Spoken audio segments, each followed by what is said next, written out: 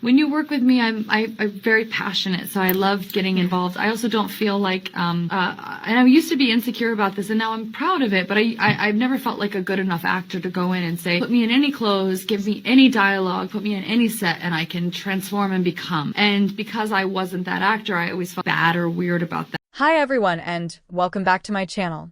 Wayfarer just made a statement, and honestly, today might be the first day that Lively, Ryan Reynolds, and Leslie Sloan have to sweat just a little bit. Not a lot, but enough to feel uncomfortable. Because yesterday, they told a court in New York that they plan to appeal. We've suspected for a while that this was coming, but now it's official. And this isn't just a small motion. This is a full-blown notice that they are taking this fight to the appellate level.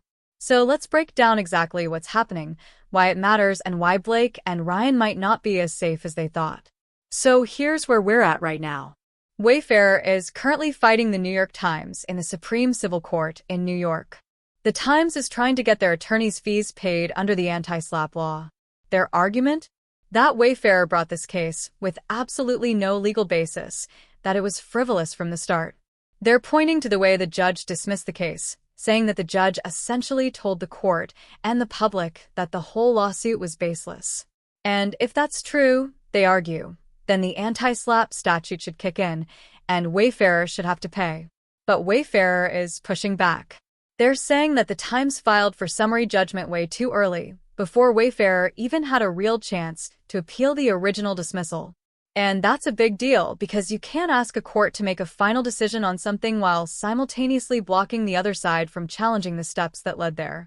Now, this is where it gets technical, but stick with me. Mr. Fritz, who has become a bit of a fan favorite in the legal commentary space for his detailed filings, submitted a response that really lays out the strategy. He pointed out that the federal court acknowledged that any prejudice to the Times caused by delaying the appeal is minimal. Meanwhile, the benefit to judicial efficiency, letting the appeal play out alongside the other motions, would actually be substantial.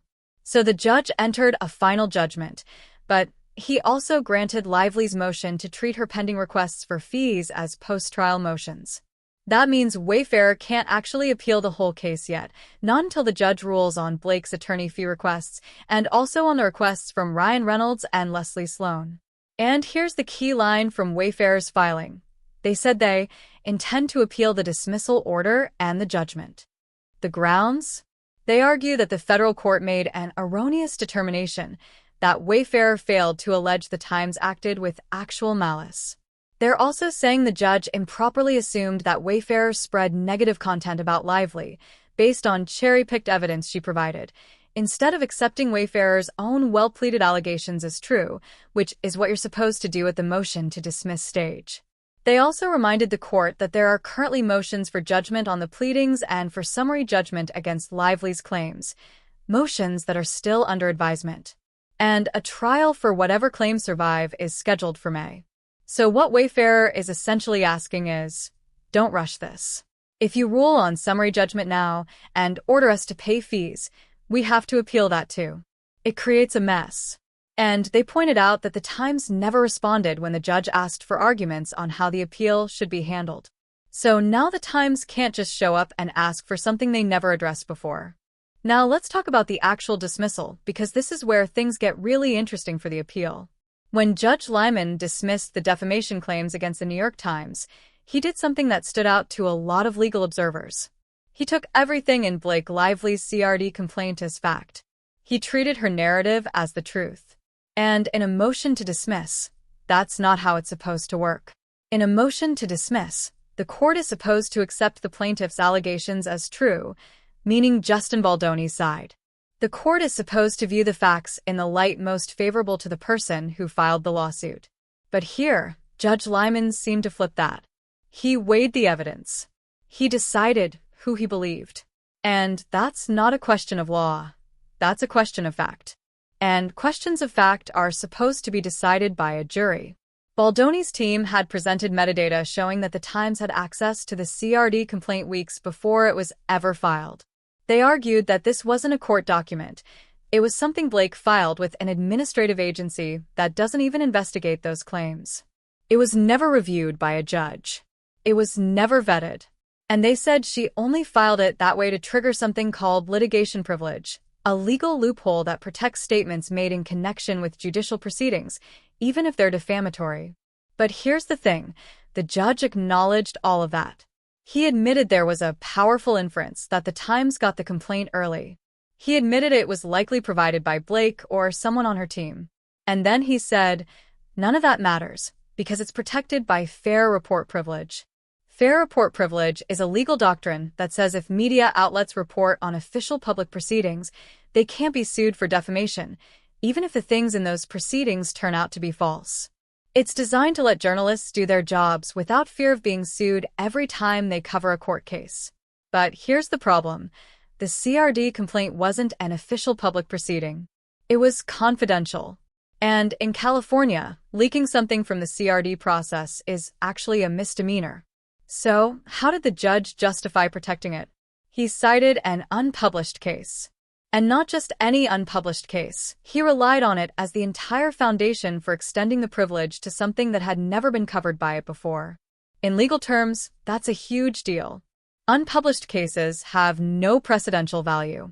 In California state courts, they can't even be cited. The judge acknowledged this in his ruling.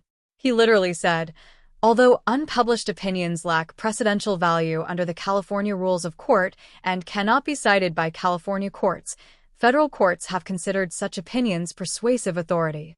And then he used it anyway to create a rule that essentially lets someone leak a confidential document to the press and call it privileged. Baldoni's team is almost certainly going to argue that this was an overreach, that the judge didn't just use an unpublished case for a small detail, he used it as the entire legal basis for dismissing the case with prejudice.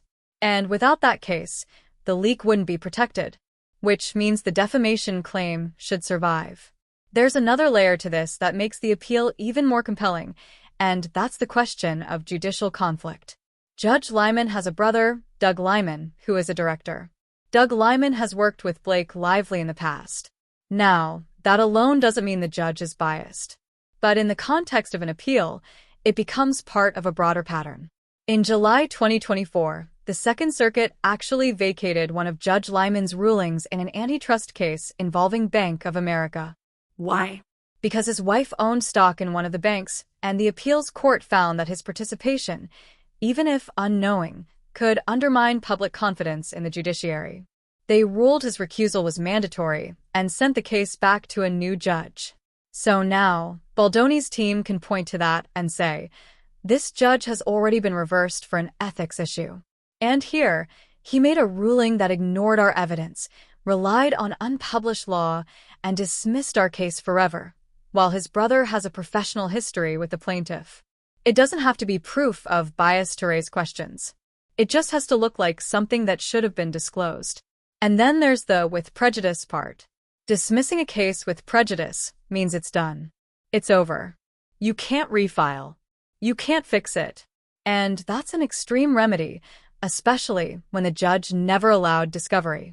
Discovery is the phase where both sides get to ask for emails, texts, internal communications. Baldoni never got to see what Blake's team said to the Times. He never got to depose anyone. And the judge said, doesn't matter. Even if you found a smoking gun, you still couldn't prove malice. Appeals courts really don't like that. They don't like when a judge shuts the door before anyone even gets to look inside the room. And in this case, discovery has already started to show things, like the Taylor Swift texts, the conversations about coordinating with the Times, the metadata, that back up a lot of what Baldoni alleged from the beginning.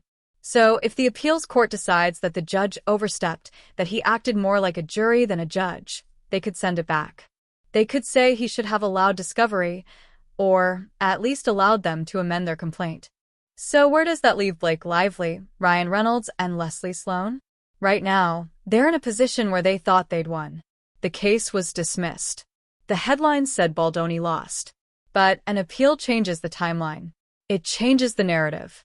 And it opens the door to the possibility that this whole thing gets relitigated.